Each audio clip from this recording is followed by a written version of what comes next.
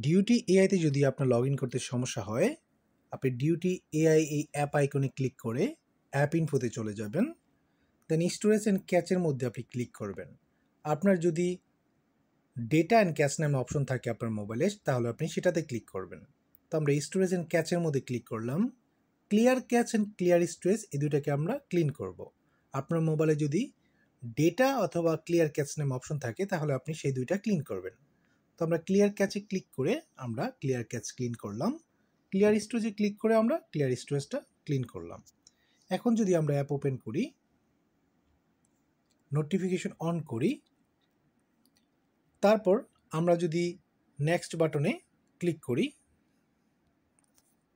তারপর আমরা গুগল দিয়ে লগ ইন করি, দেখুন খুব সহজেই এখন আমাদের লগ ইন হয়ে গেছে। তো আশা করি বুঝতে পেরেছেন। ভালো থাকুন।